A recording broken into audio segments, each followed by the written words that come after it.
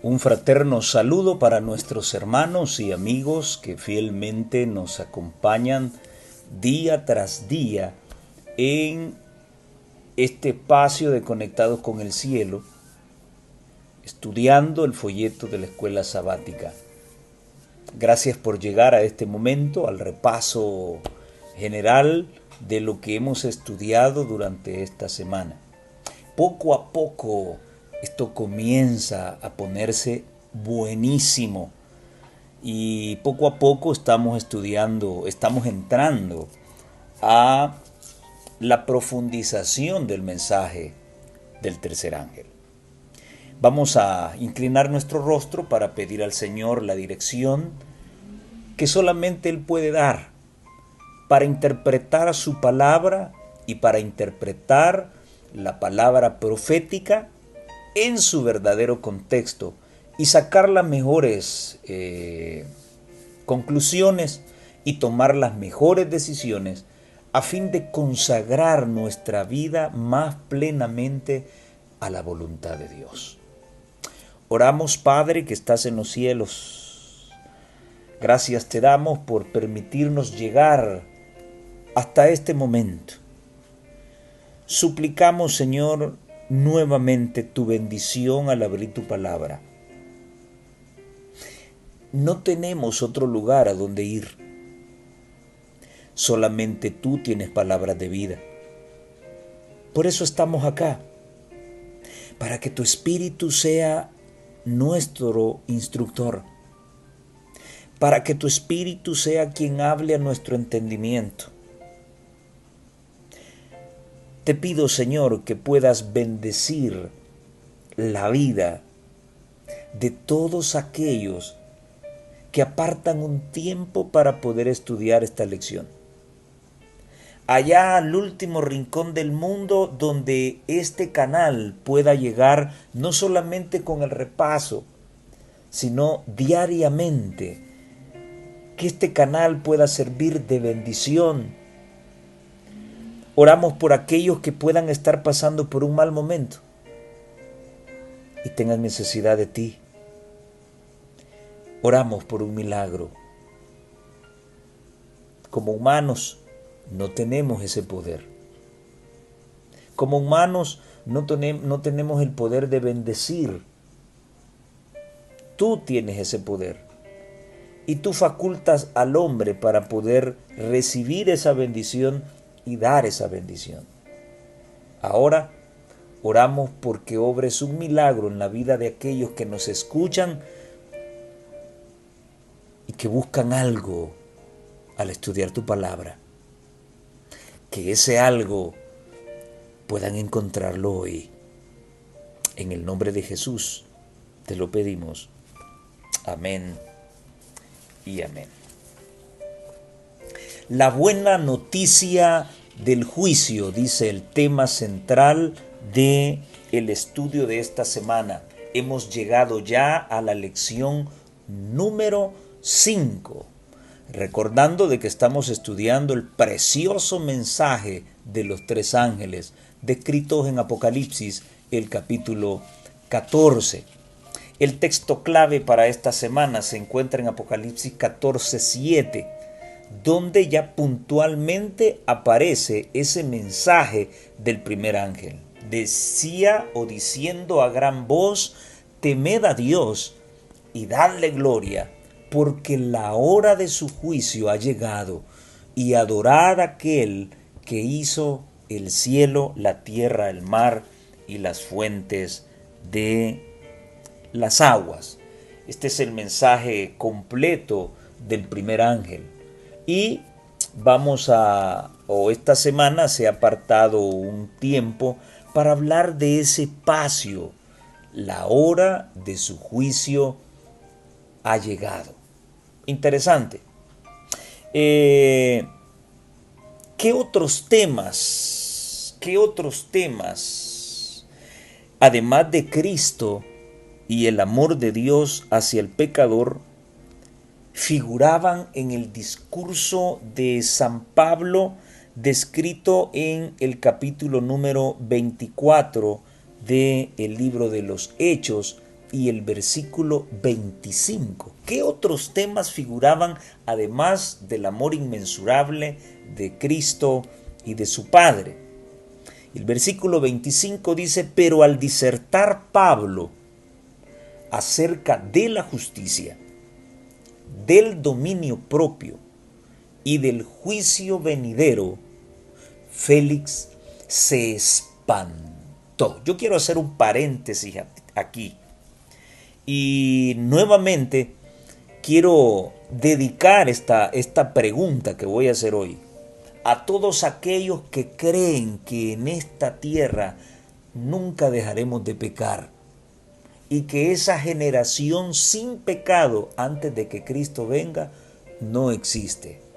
Entonces, si esto que muchos dicen y que acabo de decir fuera cierto, ¿por qué razón en el discurso de Pablo se habla del dominio propio? ¿Acaso nunca voy a tener un dominio propio? ¿O será que no quiero tener dominio propio y seguir teniendo la idea de que en este mundo es imposible dejar de pecar? Vean ustedes estas tres cositas importantes que figuraban en el discurso de Pablo. Él disertaba acerca de la justicia y al hablar de justicia, esto nos vincula con un juicio, hablaba del dominio propio y del juicio que habría de venir. Un juicio que en aquel entonces no había aparecido en todo su esplendor. Félix, al escuchar hablar de la justicia, del dominio propio y del juicio venidero, se espantó y dijo: ahora vete, pero cuando tenga oportunidad te voy a llamar. Yo he escuchado a muchas personas dentro de la iglesia que prefieren que los temas proféticos no se toquen, que no se prediquen en campañas, porque esto puede espantar a la gente. Y recuerdo que más de alguno me sacó esta cita donde pues Félix dice: pues en alguna otra oportunidad yo te voy a llamar. Él estaba espantado. ¿Por qué? Pablo predicaba acerca del amor de Dios y cómo ese amor podía verificarse a plenitud en la vida de Cristo. Sí, pero Pablo no solamente se quedaba predicando acerca del amor. Pablo también habló de la verdad presente y tenía un tema de interés para la gente. Hablaba de la justicia, del dominio propio. O sea, el hombre no debe tener nada que ver con el pecado, y la justicia y el juicio venidero. Qué interesante. ¿Cuáles son las dos condiciones? ¿Cuáles son las dos condiciones que no deben faltar en tu vida para enfrentar el juicio con seguridad? Parece ser que el tema de la lección es bastante contrastante. ¿Por qué? Y desafiante. Porque cuando usted escucha de que lo van a llevar a juicio, no es una buena noticia. Hay aflicción, el estómago se le hace chiquito, siente un nudo en el estómago y lo que usted se pregunta es: ¿pero qué he hecho? Para nadie es nada bonito decir que lo van a llevar a juicio, mucho menos que lo van a invitar a presenciar un juicio. Sin embargo, el autor nos plantea como tema para esta semana la buena noticia del juicio, un juicio que representa una buena noticia. Ahora, ¿cuáles son esas dos condiciones que no deben faltar en tu vida para que puedas enfrentar ese juicio con seguridad y que realmente sean buenas noticias para ti? Y esta respuesta la encontramos en el libro de Eclesiastés, el capítulo número 12 y los versículos 13 y 14. El fin de todo el discurso oído es este: teme a Dios y guarda sus mandamientos, porque eso es todo para el hombre. Porque Dios traerá toda obra a juicio juntamente con toda cosa encubierta, ya sea buena o ya sea mala. ¿Ok? Aquí se habla de enfrentar un juicio. ¿Y cuál es tu única garantía para poder enfrentar con seguridad ese juicio? Número 1, temer a Dios. Tú ya sabes qué significa eso. Se apartó una semana para hablar acerca de eso. Teme a Dios. Y en segundo lugar, guarda sus mandamientos. Dos cosas indispensables que no deben faltar en tu vida para que puedas enfrentar con seguridad el juicio. Temer a Dios, guardar sus mandamientos. Entonces, mira lo que dice la sierva del Señor con respecto a esto. El juicio final. El juicio final es un acontecimiento sumamente solemne y terrible. Se desarrollará delante del universo entero. Nadie puede esconderse a esto. El Padre ha delegado todo el juicio en el Señor Jesús. Él será quien declare la recompensa que recibirán los que hayan sido leales a la ley de Jehová. Dios será honrado y su gobierno reivindicado y glorificado. Y ya con esto nos estamos adelantando a la finalidad del juicio.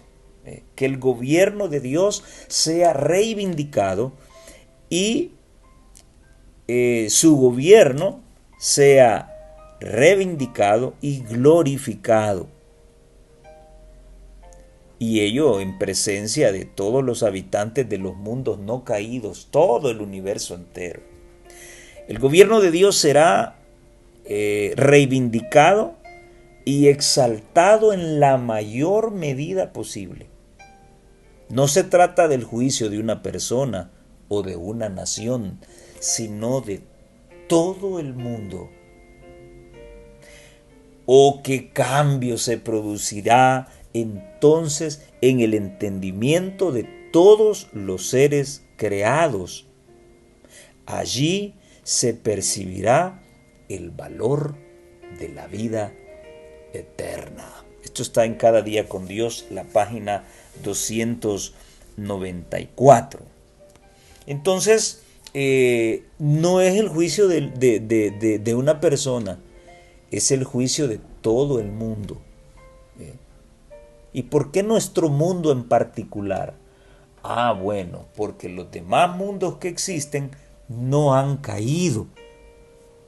Nosotros somos una raza caída. Así que este juicio tiene como finalidad que Dios sea honrado, su gobierno sea reivindicado y glorificado delante de los habitantes de los mundos no caídos, dice ella. Por eso es que la palabra del Señor dice de que nosotros somos cartas leídas.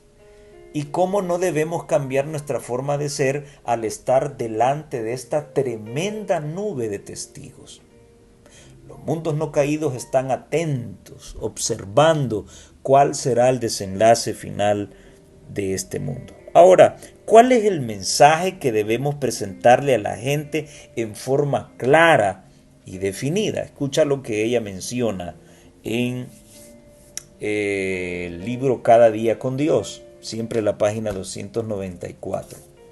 El Señor pronto vendrá en las nubes de los cielos con poder y grande gloria. ¿No hay acaso suficientes elementos implícitos en las verdades que giran en torno de este acontecimiento y en la preparación esencial para Él que nos hagan pensar solemnemente en nuestro deber. Debemos presentar este asunto delante de la gente en forma definida y clara. ¿Qué tema? El tema del juicio. Cuando el Hijo del Hombre venga en su gloria, serán reunidas delante de él todas las naciones, dice Mateo 25, 31 y 32, ella lo cita.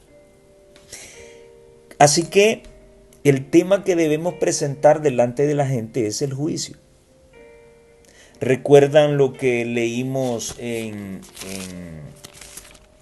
el libro de Isaías, el capítulo número 61, haciendo alusión a esta profecía mesiánica, donde el Señor dice que el Espíritu de Dios está sobre él y le ha ungido para enviar buenas nuevas a los abatidos, vendar los quebrantados de corazón, publicar la libertad de los cautivos, la apertura de la cárcel a los presos, proclamar el año de la buena voluntad de Jehová y el día de la venganza de Dios nuestro. Y ese día de venganza no es ninguna buena noticia para el que está en discordia con Dios. Es un día de aflicción. Así que este evangelio no solamente habla de amor, sino que también habla de un juicio que será por amor y de una destrucción final para el impío por amor de sus escogidos. Siempre es un mensaje de amor que vincula las escenas del juicio. ¿Cuál es la verdad que necesita cada iglesia? Y sigue diciendo cada día con Dios. Presente la verdad que se necesita en cada iglesia como un medio para alcanzar un fin. ¿Y ese fin cuál es? Dice ella, el juicio, con sus eternas decisiones y recompensas. Dios pagará a cada cual según haya sido sus obras. Así que esta es una realidad de la que no podemos escaparnos. Si figurara en nuestros pensamientos todos los días, entonces nuestra forma de ver las cosas sagradas cambiaría en gran manera. Las tonterías que escuchamos, que dicen muchos de los nuestros en las redes sociales, no las escucharíamos. Digo tonterías porque no son más que invitaciones a el secularismo. No son invitaciones a la consagración. Entonces, el día que comprendamos el juicio y sobre todo el día que entendamos el temor de Jehová, entonces la cabecita se nos va a iluminar. Por el momento está llena de basura. ¿Y por qué basura? Bueno, porque queremos adorar a un Dios santo disfrutando los placeres mundanos. Eso es tener basura en la cabeza.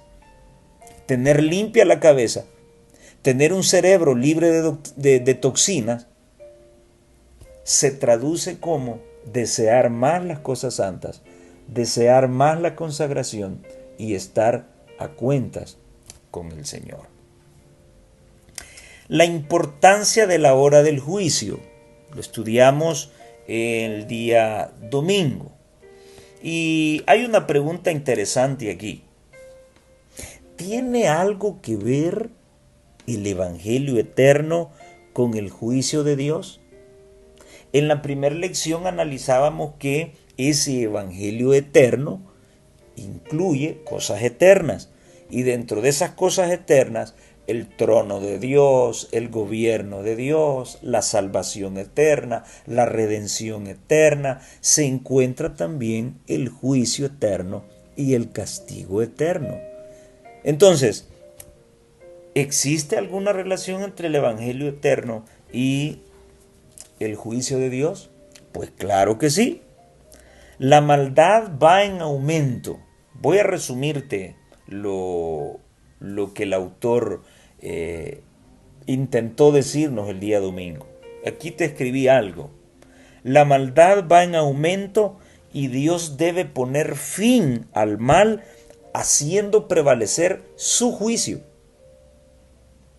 El veredicto lleva como castigo el vino puro de la ira de Dios en el cáliz de su ira, como lo menciona el mensaje del tercer ángel descrito en Apocalipsis 14, versículo 10.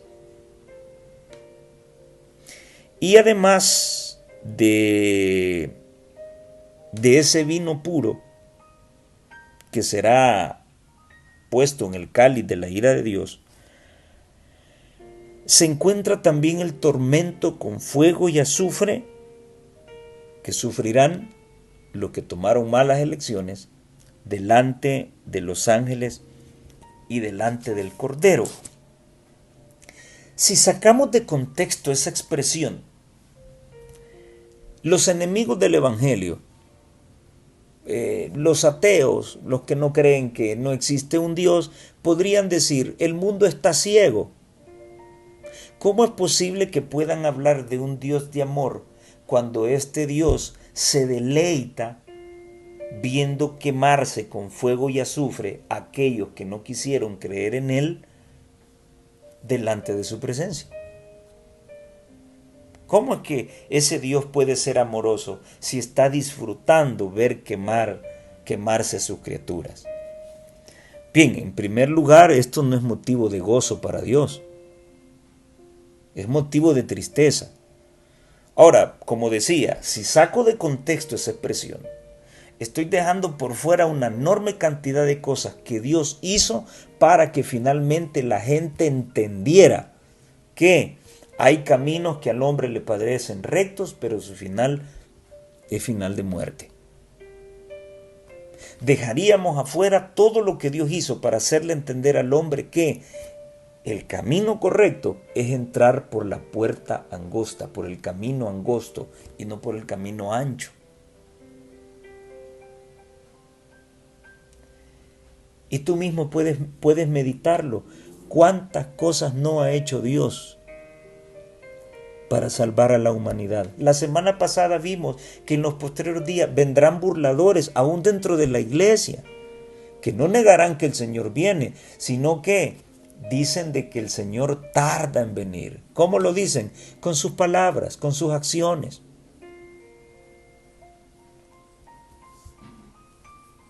Cristo vendrá. Su juicio se está llevando a cabo. Ya vamos a hablar de esas 3 etapas. Esto es una realidad y el mundo debe conocerlo.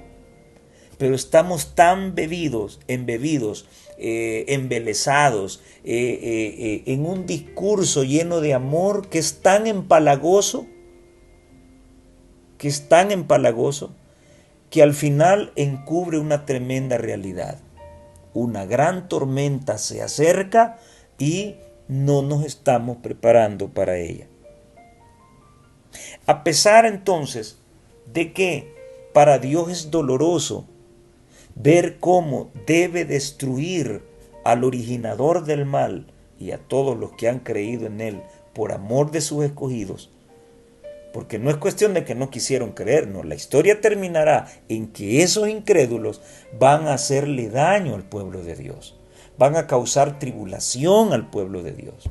Entonces, toda esta cuestión del juicio, toda esta cuestión de la redención, es por amor de los escogidos de Dios. Una elección que no ha sido forzada. Dios no fuerza a nadie. Tú tomas la decisión si creerle a Él y andar en sus mandamientos. O puedes elegir no hacerlo. ¿Sí? El problema es que nos gusta quebrar la vajilla y echarle la culpa a Dios. Y eso no es lo más ideal. A mí me encanta esa expresión de Amado Nervo: al final de mi rudo camino, yo soy el arquitecto de mi propio destino. Traducido en buen español es, o sea, si yo tengo problemas, si yo paso por dificultades, no es culpa de nadie más que mía. No tengo por qué echarle la culpa a fulano, mengano, a sutano y a perencejo. Fue lo que Adán y Eva hicieron. Culparse unos a otros. Eso es lo más fácil. Esa es la cultura humana. al final de mi rudo camino haya hecho lo que haya hecho, ha sido mi propia decisión, porque yo decido mi destino. Dios me ha trazado un camino por el cual andar. Ahora, yo decido mi destino al promover, caminar por ese camino o no hacerlo. En su gran misericordia, Dios envía el Evangelio eterno para que los perdidos encuentren salvación. Ya vamos a hacer otra pregunta más adelante, porque Dios no viene y envía de golpe su juicio. No, primero manda el Evangelio eterno, todavía. Por eso es que este Evangelio eterno está metido en los últimos 3 mensajes de misericordia de parte de Dios para la humanidad. No manda el juicio de golpe. Lo mismo ocurrió con el diluvio. Yo creo que 120 años son demasiados para darle oportunidad a la humanidad de que se arrepienta. Dios no envió el diluvio paroxísticamente. Avisó a través de su siervo. Y el mundo no quiso entender. La misma historia se va a repetir. Bien, en su gran misericordia, Dios envía entonces el Evangelio eterno para que los perdidos encuentren salvación. He ahí la razón por la cual el mensaje del Evangelio eterno precede al juicio en sus 3 etapas. ¿Cuáles son estas etapas? Bueno, el juicio investigador que inició en el año de 1844, el juicio comprobatorio, que es el que va a realizarse durante el milenio, y el juicio ejecutivo, que será finalmente la destrucción del mal, la erradicación final del mal, donde no va a quedar raíz ni rama. Interesante. Ahora,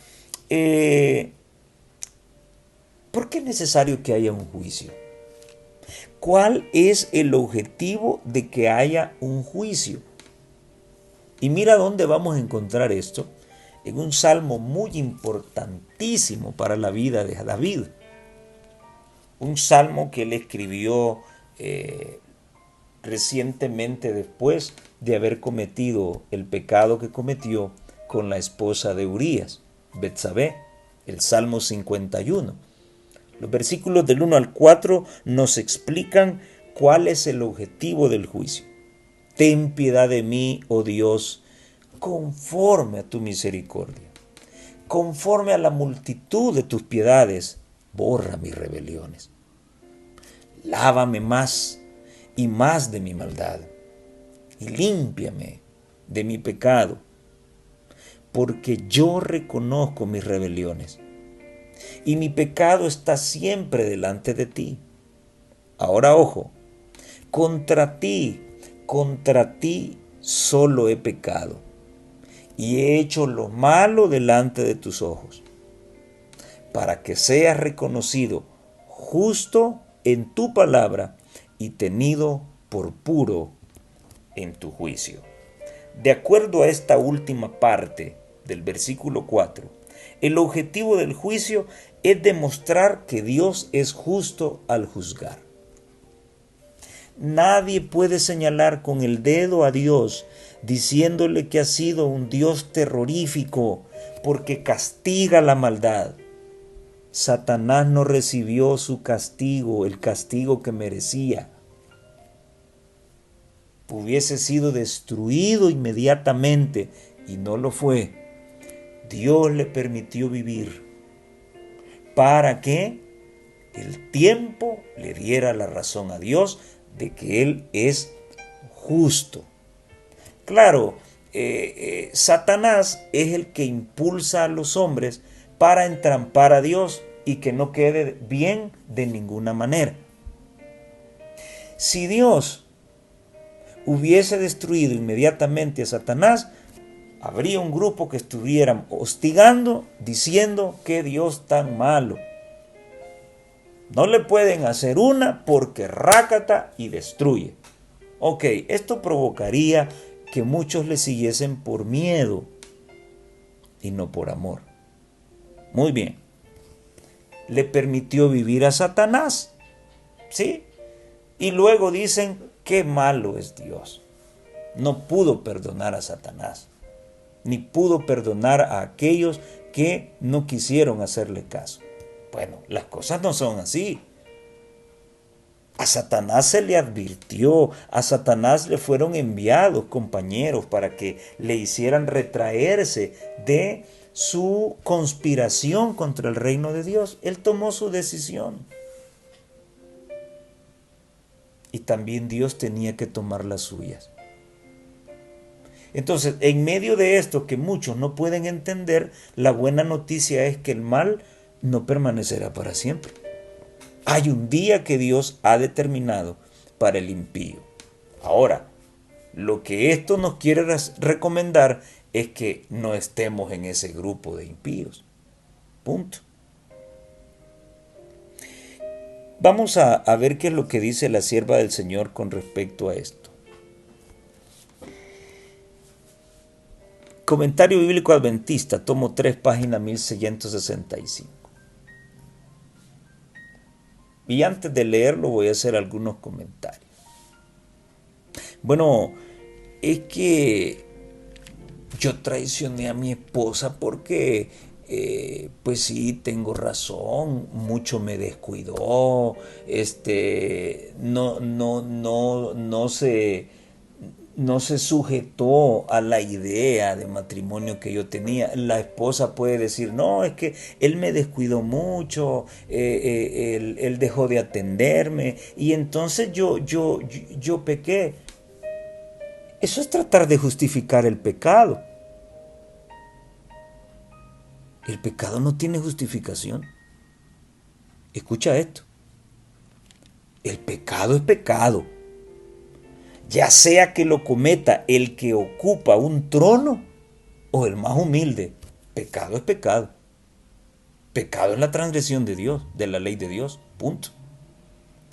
Vendrá el día cuando todos los que han cometido pecado lo confesarán, aunque sea demasiado tarde para que reciban perdón, pero lo van a confesar, le van a dar la razón a Dios. Van a aceptar que realmente tuvieron oportunidades y no las aprovecharon. Dios espera mucho tiempo para que el pecador se arrepienta. Manifiesta una tolerancia admirable, pero a la larga llamará a cuentas al transgresor de su ley. Yo creo que 120 años fue mucho tiempo. Fue mucho tiempo. 1 siglo y 20 años más. Fue bastante tiempo. Creo que es mucho. Imagínense hoy en nuestro tiempo, 6.000 años. Creo que es demasiado. ¿Cuántos siglos han pasado? Creo que Dios ha tolerado. Creo que Dios tiene el derecho, y esa es una de las situaciones que en el juicio comprobatorio que se realizará en el milenio, tanto los redimidos, ¿sí?, que estarán allá juzgando a los ángeles malos y a los que no se salvaron, van a descubrir por qué razón muchos no estarán o no estaremos quizás en el reino de los cielos. O sea, al final el juicio lo que busca es vindicar a Dios, darle la razón a Dios. El pecado tenía que terminarse, tiene que terminarse, ¿sí? Entonces, cuando se completa el número de los salvos, el número de los mártires del Cordero, entonces la gracia se cerrará y no habrá importancia de salvación, ni de parte del pecador, ni ya de parte de Dios. El tiempo se habrá terminado. Y entonces yo le vuelvo a preguntar a aquellos que dicen que no existe esa generación sin pecado antes de que Cristo venga. Y entonces, ¿por qué Apocalipsis 22:11 dice, cuando ya se cierra el tiempo de la gracia, el que es injusto sea injusto todavía, y el que es inmundo sea inmundo todavía. Ah, bueno, habrán inmundos e injustos, claro. Sí, pero habrá también gente sin pecado. Es a quienes se les llama justos. Y el que es justo, practique la justicia todavía. Y el que es santo, santifíquese todavía. Ah, entonces cuando se cierren las puertas de la gracia, habrá gente que estará viviendo un estilo de vida santo y sin pecado. Bueno, ahí están las citas. Métele la hermenéutica que quieras, ¿sí? Y estúdialo a la luz del espíritu de profecía. No te vayas con tu propio juicio y con tu propia forma de pensar. Métale la hermenéutica que quiera, ¿sí?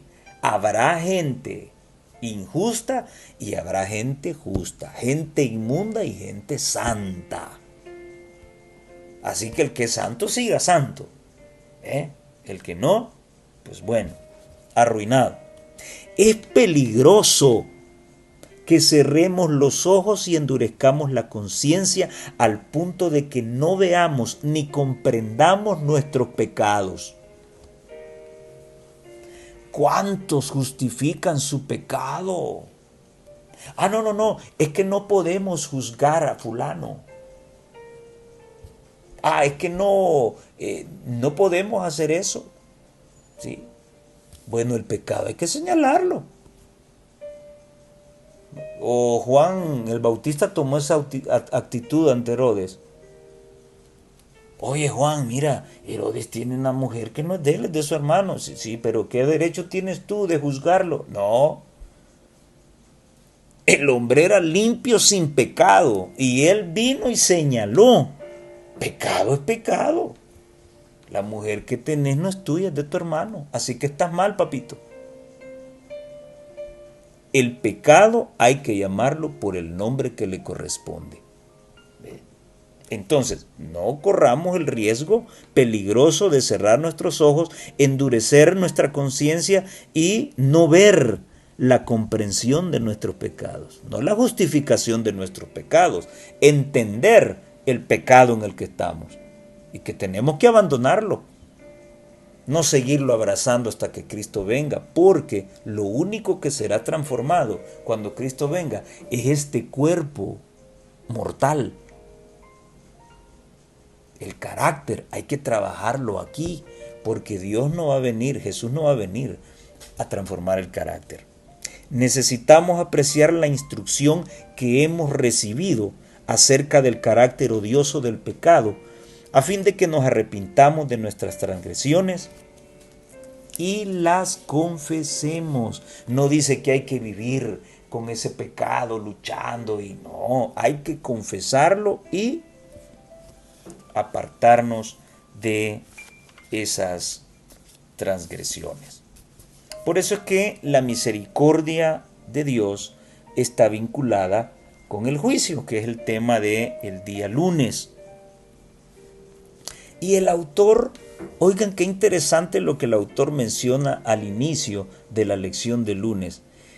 Habla acerca de la cruz y el juicio. La cruz y el juicio que revelan que Dios es justo, y es lo que exactamente dice Apocalipsis 16:5, y que Dios es misericordioso. Y aquí quiero traer a colación bueno, fuera de una visión,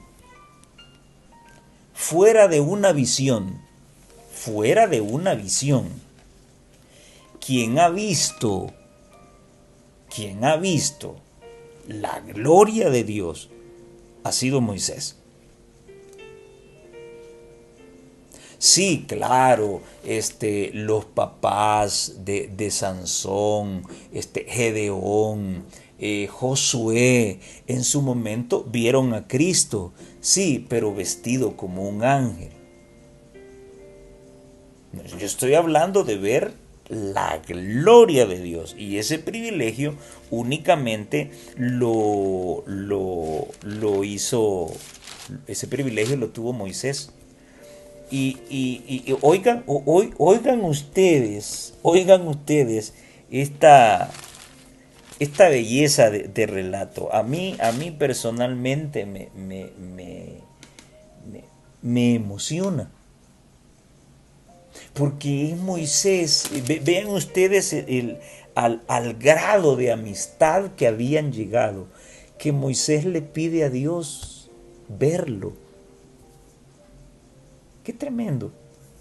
Y recuerdan ustedes lo que Dios le dice: mira, aquí hay un espacio, allí hay una peña, tú te acercarás, yo voy a poner mi mano para que no veas mi rostro, porque ningún hombre ha visto mi rostro y ha seguido viviendo. Oiga usted eso, mi hermano. Nadie ha visto el rostro de Dios y ha seguido viviendo.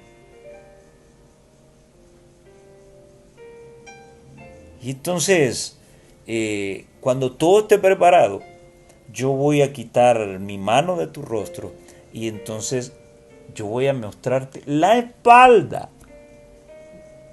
Y, y yo me pongo a imaginar todo lo que pasó por la mente de Moisés al ver la espalda de ese Dios poderoso delante de él.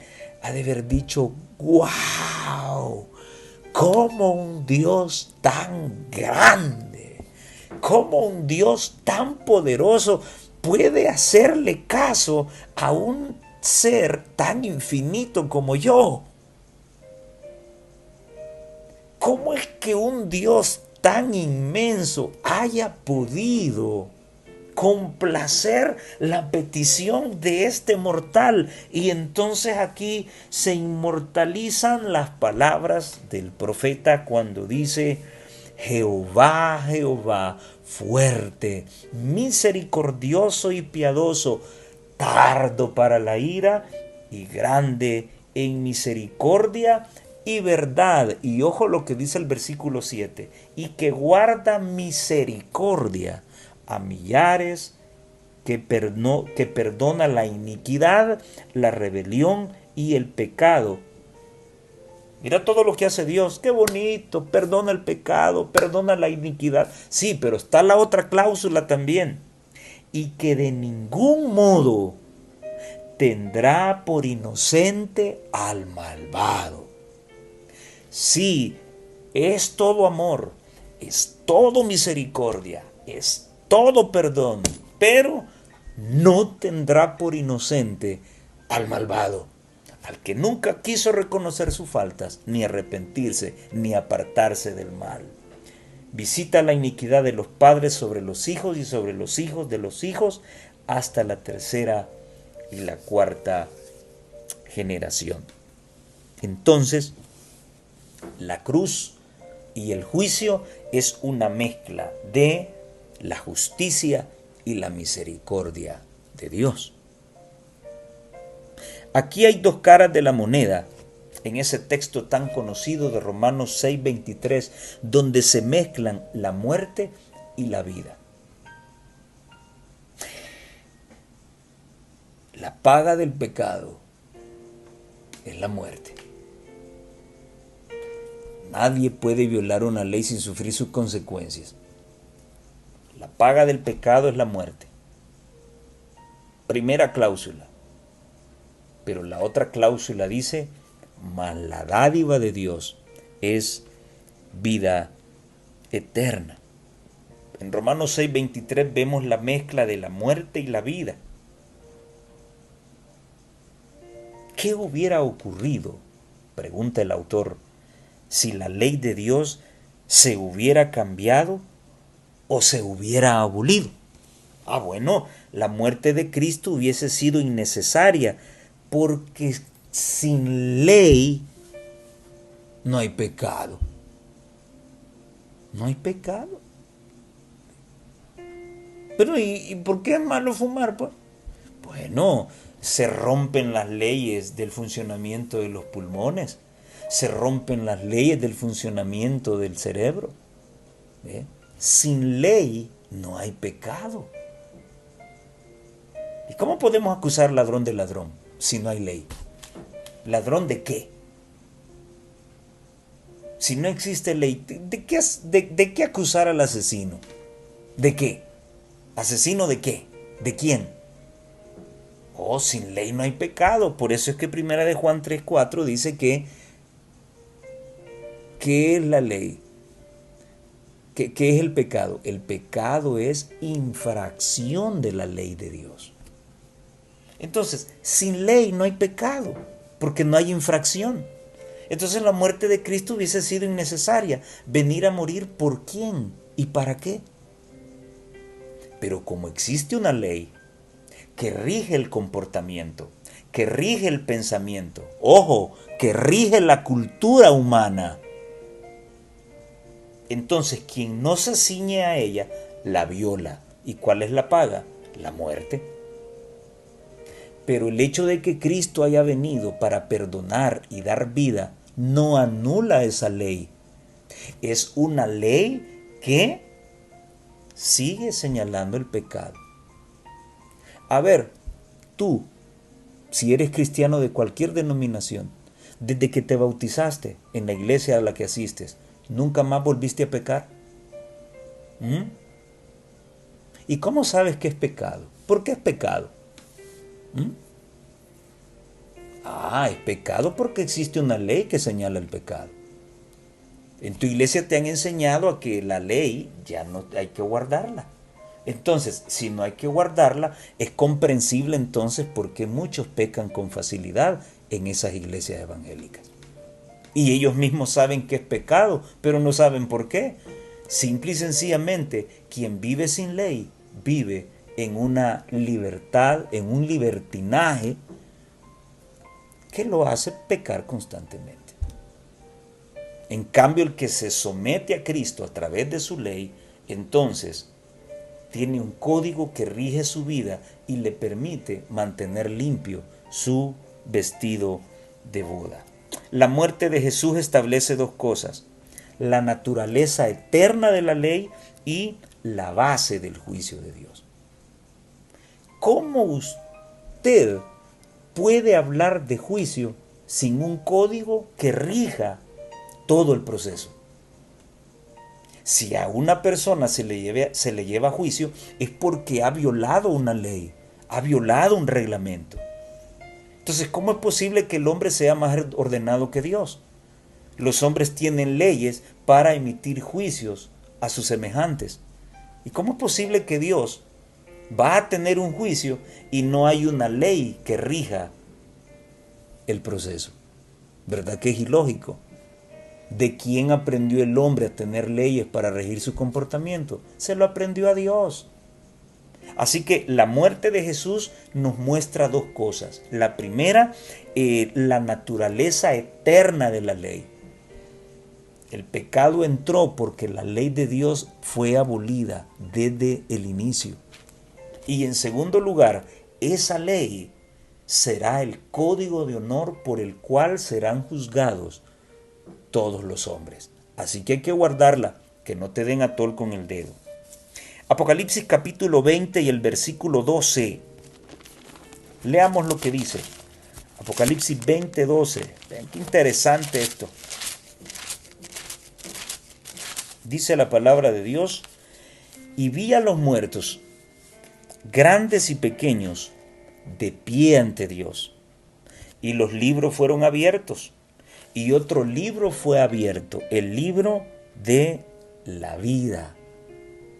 Y fueron juzgados los muertos por las cosas que estaban escritas en los libros según sus obras. ¿Ve?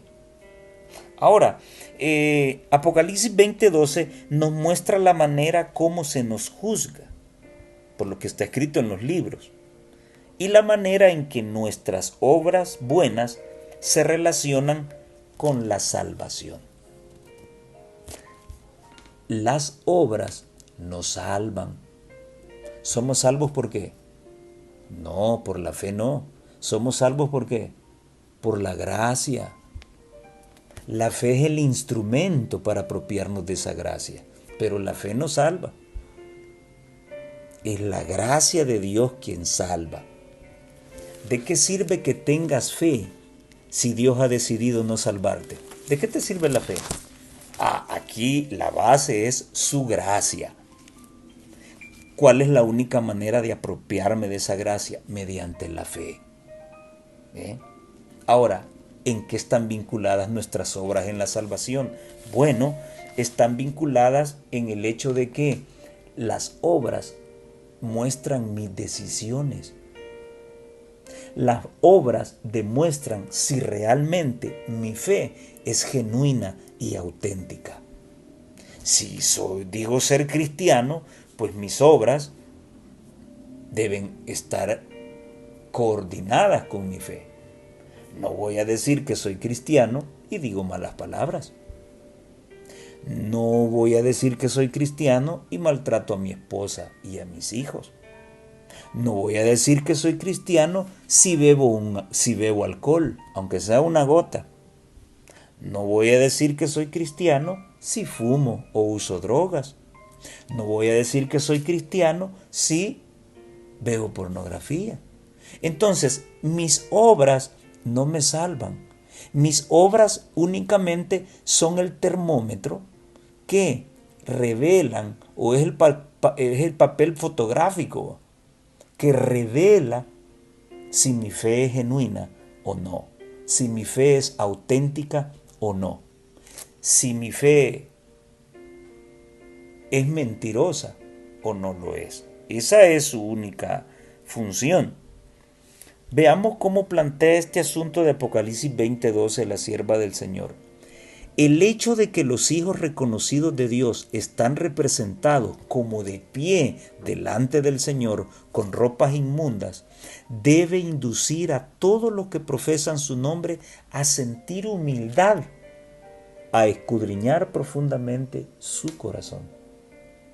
Los que están en veras purificando su alma y obedeciendo a la verdad tendrán una muy humilde opinión de sí mismos. Ese que dice hoy, hoy el sábado he trabajado bastante, hoy he estado consagrado a Dios. Me siento bien porque no he pecado este día. El que habla así, ese tiene una muy mala apreciación de su vida espiritual. No es humilde.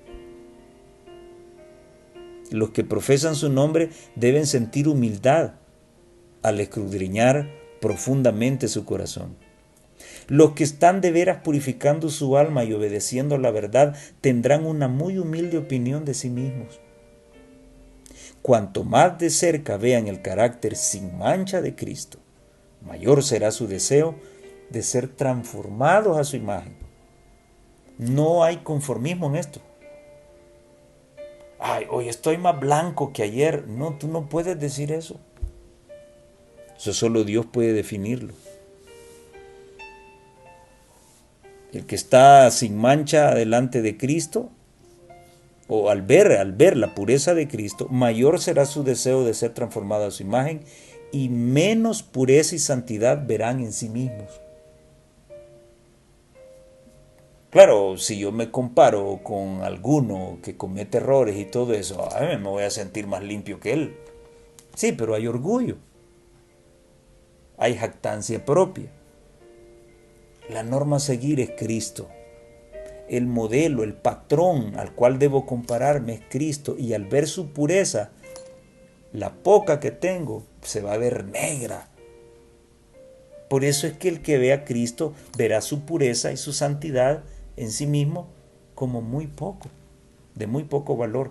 Pero, aunque debemos comprender nuestra condición pecaminosa, ¿sí? Bueno, estoy haciendo esto y esto no está mal, debo entender eso, que eso no está bien delante de Dios.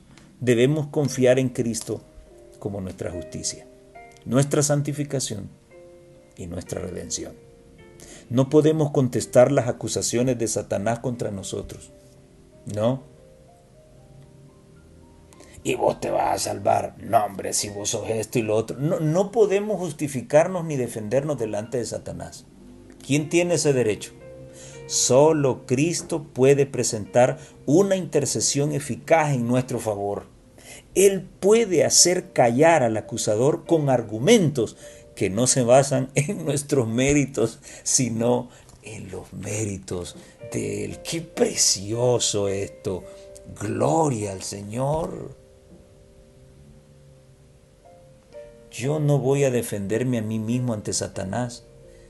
El único que puede rebatirlo con argumentos reales es Cristo.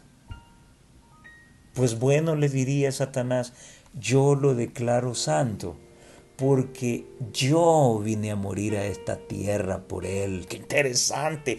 ¿Quién puede rebatir ese argumento? ¿Quién? Nadie. ¿Quién lo puede negar? Nadie. El Hijo de Dios vino a esta tierra a traer salvación dando su propia vida. Solo ese argumento deja mudo a todos los demonios. ¡Qué maravilloso!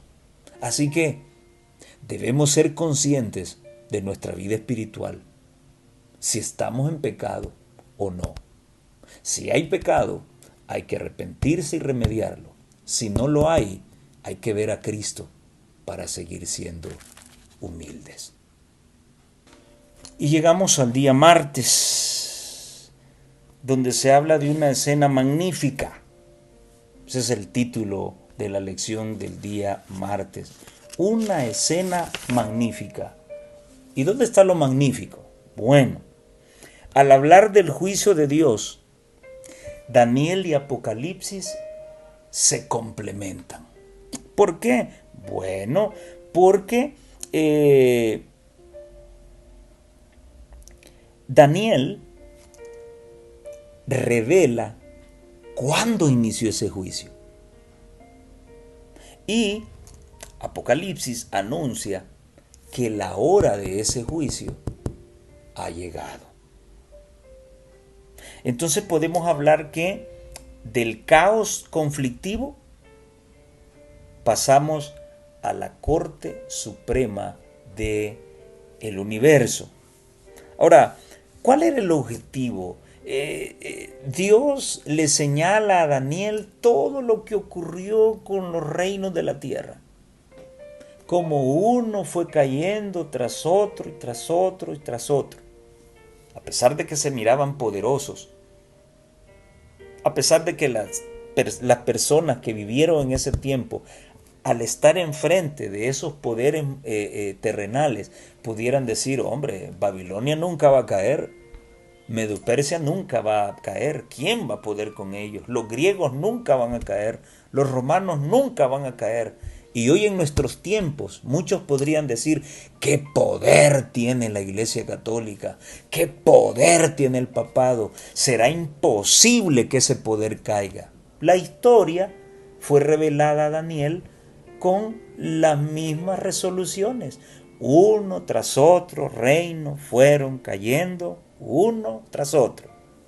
Dios quería demostrarle a Daniel que no importa cuán poderoso e inamovible pueda parecer el intelecto y el poder humano, su poder eterno es quien conduce los hilos de la historia para gloria de su nombre y ha establecido un día para el opresor y cualquier reino que intente usurpar su majestad será destruido. ¿Y quieres que te lo demuestre en la Biblia? Bueno, acompáñame al libro de Daniel, el capítulo 2, que es el capítulo de la estatua, donde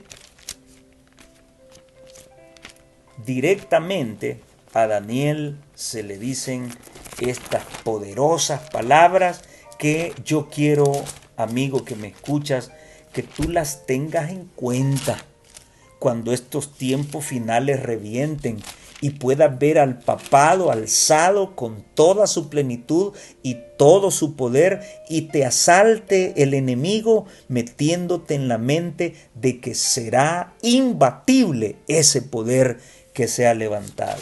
Pero las cosas no son así. A Daniel se le dijo lo siguiente en el versículo 44 del capítulo 2. Y en los días de estos reyes, el Dios del cielo levantará un reino que no será jamás destruido, ni será el reino dejado a otro pueblo.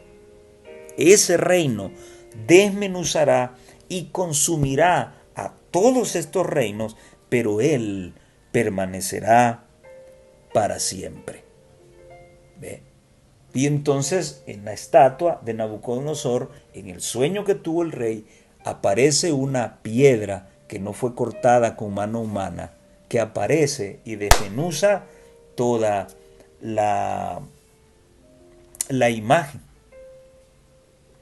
Ahora, ¿cómo ocurrirá este proceso de eliminación y de destrucción? Pues bueno, comenzará por el juicio de Dios. En Daniel 7, 9, 10 y 13 se habla del establecimiento de ese juicio, en donde la palabra de Dios nos menciona que Daniel estuvo mirando hasta que fueron puestos tronos. Tronos, hay varios. Y se sentó un anciano de días cuyo vestido era blanco como la nieve y el pelo de su cabeza como lana limpia y su trono como llama de fuego y las ruedas del mismo fuego ardiente. Ese es el Padre. Y dice el versículo 10, y un río de fuego procedía y salía delante de él, y millares de millares le servían y millones de millones asistían delante de él. Habían tronos, no se olviden de eso. Y luego dice, el juez se sentó. ¡Oh! ¿Cómo cambia la imagen de ese anciano de días? Ahora se le llama juez. El juez se sentó y los libros fueron abiertos. ¿Por qué seremos juzgados? Por las cosas que están escritas en los libros, dice Apocalipsis. ¿Ok?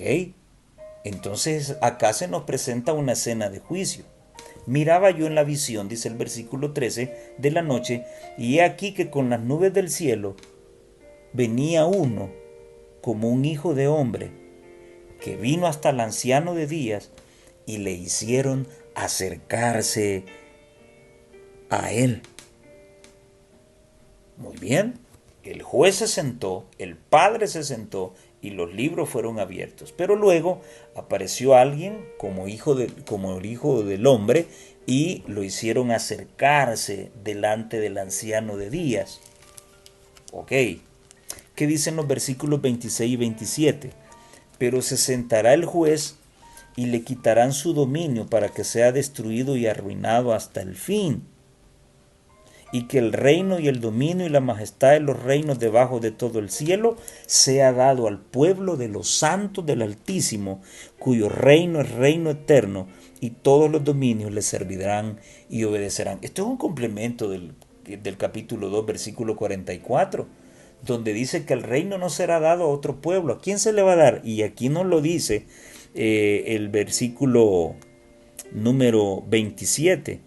Que ese reino, el dominio y la majestad de los reinos debajo de todo el cielo sea dado al pueblo de los santos del Altísimo, esos santos que han sufrido por su paso por esta tierra.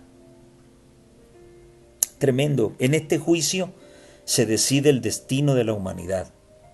En este juicio el derecho prevalece. En este juicio la verdad triunfa. En este juicio, la justicia reina. Y la mensajera del Señor dice sobre este juicio lo siguiente. Por el hecho de que no pueden sondear todos los misterios de la palabra de Dios, los escépticos y los incrédulos la rechazan. Pero como no pueden entender ni sondear los misterios de Dios, entonces Dios no existe. Y todo lo que es religioso, toda esa Biblia y eso, se rechaza, solo porque no lo conocen. Y no todos los que profesan creer en ella están exentos de peligros. Bueno, esa es la actitud del incrédulo. Está claro. Sí, pero hay muchos que decimos creer en esta verdad y no estamos fuera de peligro. El apóstol dice, mirad pues hermanos, no sea que acaso haya en alguno de vosotros un corazón malo de incredulidad en el apartarse del Dios vivo. Y ella cita Hebreos 3:12. Es bueno, dice ella, estudiar detenidamente las enseñanzas de la Escritura e investigar las profundidades de Dios hasta donde se revelan en ella. Porque si bien las cosas secretas pertenecen a Jehová nuestro Dios, las reveladas nos pertenecen a nosotros. Y ella cita Deuteronomio 29:29. Pero Satanás obra para pervertir las facultades de investigación del entendimiento. ¿Y cuál es una forma de pervertirlo? La comida. Entre más comida malsana comas, tu cerebro se va a toxificar y será difícil que puedas tener el entendimiento necesario para comprender las profundidades de Dios hasta donde te sean reveladas. Y esa es la forma más común y la que más le ha dado éxito a Satanás. Llenar tu estómago de basura para producir mala sangre y que tu cerebro viva toxificado. De tal manera que no puedas discernir entre lo que es bueno y lo que es malo. Y es lo que estamos viendo hoy en día. Cómo nuestra misma gente está enseñando que pues hay que bailar, hay que aplaudir, hay que mover el cuerpo al alabar a Dios porque es parte de la cultura. Eso es estar envenenado cerebralmente. Eso no es discernir la palabra de Dios. Eso es estar embriagado con el vino de Babilonia. Tenemos principios claros y que ahora estemos dando a demostrar con esos comentarios tontos de que nuestros pioneros estuvieron equivocados y los que continuaron esa obra hasta cierto tiempo estuvieron equivocados, eso es estar toxificado. Eso ya no es estar bebiendo del vino de Dios. Eso es estar bebiendo del vino de Babilonia y es peligroso. El día miércoles nos habla acerca de un vistazo al cielo. Y este maravilloso tema, yo quiero dedicárselo a este tema del miércoles y del jueves, yo quiero dedicárselo a un par de amiguitos que tengo por ahí que ya les voy a decir quiénes son. Y lo voy a hacer ahí con un análisis en base a lo que este erudito adventista y administrador adventista ha escrito. Excelente lección. Un vistazo al cielo. Ok, ¿cómo se vincula la escena del juicio descrita en Daniel con la visión del trono de Dios? Ahora tú, mi amigo secular, tú, mi amigo que estás más del lado de la cultura y de las costumbres, ¿sí? Vamos a analizar un poquito Apocalipsis 4 y Apocalipsis 5. Y aquí vamos a analizar cuál es la verdadera adoración que va a estar en el reino de los cielos. Y aquí también estos textos, a mí me gusta, estos dos capítulos me gusta utilizarlos para aquellos que tienen torcido el entendimiento al decir de que la iglesia adventista ha sacado el tema o la doctrina de la Trinidad de la iglesia católica. Muy bien, pensemos, me voy a adelantar a los acontecimientos. Apocalipsis capítulo 4, que es un capítulo que habla de la verdadera adoración, el 4 y el 5, en el reino de los cielos. Dice de que había un trono y uno sentado en él y describe su belleza, la misma escena de Daniel. Delante de él un candelabro. Aquí, ¿quién es el que está sentado en el trono? Es el Padre, uno. Luego, delante de él había un candelabro con 7 brazos que representan a los 7 espíritus de Dios. ¿De quién se está hablando ahí? Del Espíritu Santo, ya van 2. Y luego entramos al capítulo 5 de Apocalipsis y luego se menciona que en medio del trono y de las lámparas aparece un cordero como inmolado. Ese es Cristo. Ahí están los 3. ¿Qué católico es esto? Sí, la palabra Trinidad no existe. Sí, la deidad son 3 en 1. Revisa Apocalipsis 14 y 5 Apocalipsis 4 y 5 y métele la hermenéutica que quieras. Allí se habla del Padre, del Hijo y del Espíritu Santo. Muy bien. ¿Cómo se vincula la escena del juicio descrita en Daniel con la visión del trono de Dios en Apocalipsis 4, del 2 al 4? Muy bien. ¿Y qué dice Apocalipsis 4, del 2 al 4? Leámoslo. Interesante leer. Quien no lee se pudre en su ignorancia. Pues hay que leer. Y dice la palabra de Dios: al instante yo estaba en el Espíritu, y he aquí un trono establecido en el cielo, y en el trono uno sentado. La misma escena, el anciano de días que llega al trono y se sienta. Y el aspecto del que estaba sentado era semejante a piedra de jaspe y de cornalina, y había alrededor del trono un arco iris, ¿sí?, semejante en aspecto a la esmeralda. Si tú combinas el color verde, el rojo y no recuerdo el otro color del jaspe, tienes una escena resplandeciente maravillosa. Ahí se mezcla el verde, el amarillo y el rojo y da un matiz de gloria esplendoroso. Y alrededor del trono había 24 ancianos. Bueno, había 24 tronos. ¿Te acuerdas que fueron puestos tronos? Decía ya en Daniel. Te dije que no perdieras de vista eso, porque acá había 24 tronos y sentados en esos tronos había 24 ancianos vestidos de ropas blancas con coronas de oro en sus cabezas. Muy bien, señores, estamos en el centro del gobierno de Dios. Estamos en su trono, el lugar donde nació la idea de la creación del universo y el plan de salvación. Por eso se le llama el misterio de la piedad.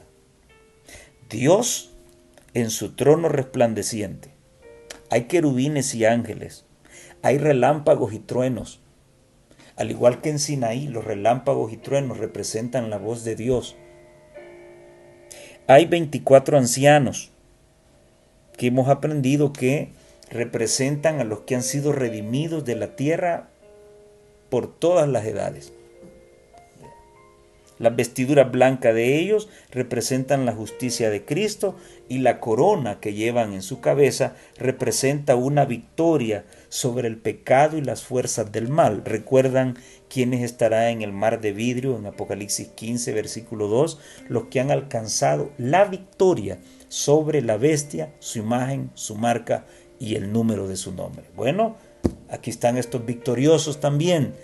Estos que representan a cristianos de todas las edades que fueron redimidos. Otros también piensan que representan a los que resucitaron con Cristo, las primicias de Cristo. Son victoriosos, ¿por qué?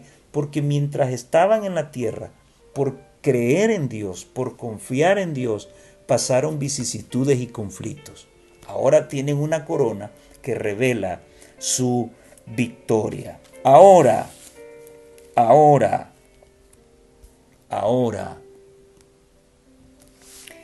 dice la lección del miércoles que también se escuchan alabanzas.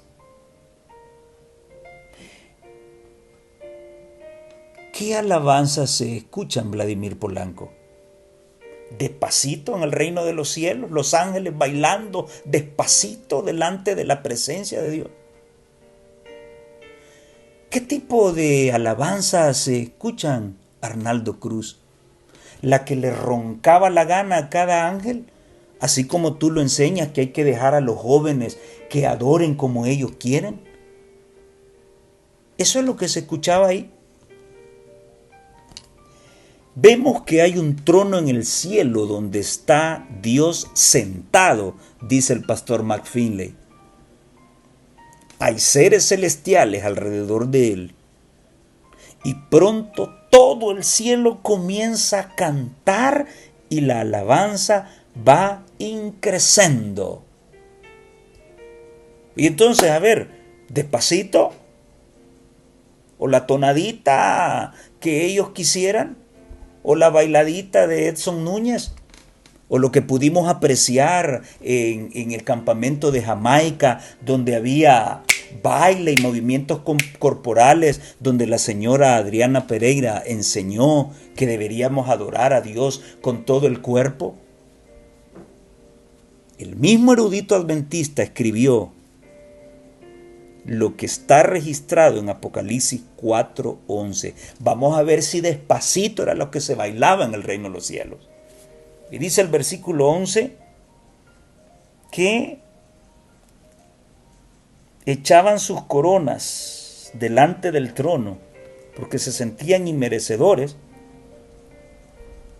Y dice el versículo 11 que ellos decían, cantaban, Señor y Dios, digno eres de recibir. Aquí vienen los 7 espíritus de Dios. No es en este, es en el otro. Señor y Dios, digno eres de recibir gloria, honra y poder, porque tú creaste todas las cosas y por tu voluntad fueron creadas y existen. A ver, por favor, díganme, ¿a dónde está el despacito aquí? ¿A dónde está la bailadita aquí? Esta escena se está desarrollando delante del trono de Dios. Si la sierva de Dios nos dice que es aquí donde debemos cambiar nuestro carácter, si es aquí donde debemos aprender a comer, porque lo que comemos hoy no está allá arriba, entonces de igual manera es aquí donde podemos aprender a adorar para poder adorar allá, porque allá despacito no va a haber Polanco. Ni cada quien le va a roncar adorar a Dios como le plazca la gana, Arnaldo. Señor y Dios, digno eres de recibir gloria, honra y poder. Escuchad sus voces cuando cantan resonantes hosanas, mientras agitan las palmas de victoria, las palmas, las palmeras, no las palmas de las manos. Una música hermosa, despacito, mi amigo. Una música hermosa llena el cielo cuando sus voces entonan estas palabras. Digno, digno es el Cordero que fue inmolado y resucitó para siempre. Salvación a nuestro Dios que está sentado en el trono y al Cordero. Y la hueste angélica, ángeles y arcángeles, querubines, cubridores y gloriosos serafines, repiten el estribillo de aquel canto gozoso y triunfal, diciendo, despacito, no, amén.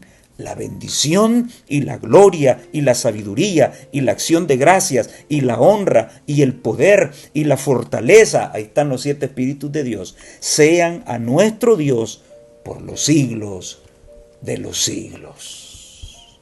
Tú que cantas, pero quieres hacerlo de acuerdo a la cultura de los pueblos, por favor, escudriña el capítulo 4 y el 5 de Apocalipsis y entenderás el temor de Dios y te va a dar vergüenza seguir cantando lo que cantas o seguir bailando lo que bailas. Tremendo esto. No se enojen conmigo. Yo soy sincero. Hay cosas que en mi iglesia yo no quiero verlas y no están bien. Y aquí hoy quien sea hace lo que quiere y ni disculpas pide. Pues si muchos tienen ese derecho, yo tengo el derecho también de señalar lo que no está bien a la luz de la palabra de Dios. Cualquier teólogo, por favor, que me explique a dónde aparece aquí oportunidad de bailar delante del trono de Dios. ¿A dónde? No existe.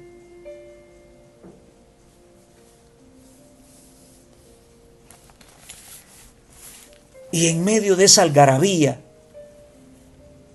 en medio de ese ambiente solemne, donde los 24 ancianos echan sus coronas y caen de rodillas delante de Dios. Tú eres digno porque tú creaste todas las cosas. Aparece una escena solemne. En la mano derecha del anciano de días estaba un libro con 7 sellos. Y entonces aparece un ángel poderoso con una voz poderosa que dice: ¿quién es digno de abrir ese rollo? Un rollo que contiene el Evangelio eterno, que contiene el plan de salvación en toda su plenitud. Tremenda palabra desafiante. ¿Quién es digno de abrir el libro y quitar sus sellos? Y la palabra de Dios dice en el versículo 3 que ninguno, ni en el cielo ni en la tierra, tenía el poder de abrir el rollo que estaba en la mano de Dios.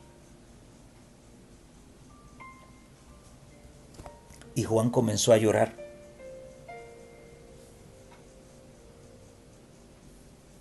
Y uno de los 24 ancianos puso su mano en su hombro y le dijo: no llores, no llores. Si hay alguien que puede abrir el rollo, ese alguien es el león de la tribu de Judá, la raíz de David, que ha vencido para abrir el libro y desatar sus 7 sellos. Y entonces, entre el trono y el candelabro, en medio, aparece un cordero como inmolado, que tenía 7 cuernos y 7 ojos, los cuales son los 7 espíritus de Dios. Se acercó al anciano de días. ¿Se acuerdan que en Daniel acercaron al Hijo del Hombre? Lo acercaron al anciano de días. Aquí también lo hacen que se acerque, y al acercarse, él toma el libro que está en la mano derecha del Padre. ¿A dónde será puesta la ley dominical? En la frente y en la mano derecha, allí donde debes sostener junto a Cristo el Evangelio eterno, el misterio de la piedad. Allí, en estos lugares, es donde el misterio de iniquidad quiere implantar su territorio, quiere pisotear la ley de Dios que ha sido escrita en la frente y en la mano derecha. ¡Qué tremendo! Y entonces, cuando toma el rollo, el espectáculo vuelve a comenzar. Ahora las alabanzas se dirigen a Cristo y se le dice: digno eres de tomar el libro. Y por eso el tema del jueves es: Jesús es digno. Digno eres de tomar el libro y de abrir sus sellos. ¿Por qué? Porque tú fuiste inmolado y con tu sangre nos has redimido para Dios. ¿De dónde? De todo linaje, tribu, lengua, pueblo y nación. El mismo lugar que domina el papado junto a Satanás es el lugar donde Dios te envía a predicar el mensaje del primer ángel, a predicar el Evangelio eterno. Y muchos conocerán y serán redimidos de toda nación, tribu, pueblo y lengua, y serán las primicias del Cordero de Dios. Y nos has hecho para nuestro Dios reyes y sacerdotes, y reinaremos sobre la tierra. Y miré y oí la voz de muchos ángeles alrededor del trono, y de los seres vivientes y de los ancianos, y su número era millones de millones, que decían a gran voz: despacito, no, el cordero que fue inmolado Aquí vienen los 7 espíritus que había mencionado la sierva de Dios. ¿De dónde los sacó? Los sacó de Apocalipsis 7:12. El cordero que fue inmolado es digno de tomar el poder, las riquezas, la sabiduría, la fortaleza, la honra, la gloria y el poder por los siglos de los siglos. Y los 4 seres vivientes, que es otra escena maravillosa, decían amén. Y los 24 ancianos se postraron sobre sus rostros y adoraron al que vive por los siglos de los siglos. ¿Podrías decirme tú a dónde hay baile? ¿A dónde hay aplauso? ¿A dónde hay gritos? ¿A dónde hay salto? ¿A dónde hay cumbia? ¿A dónde? Por favor, si quieres entender la forma en que debes adorar al Señor en alabanza, por favor, escudriña Apocalipsis 4 y 5. ¿Están repasando nuestros hermanos el pasado, el presente y futuro a medida que se despliega ante el mundo? ¿Prestan atención a los mensajes de amonestación que se les ha dado? Es nuestra mayor preocupación hoy día que nuestras vidas sean refinadas y purificadas y que reflejemos la semejanza divina. Esto deben experimentar todos los que se unan a la compañía de los que son lavados y emblanquecidos en la sangre del Cordero.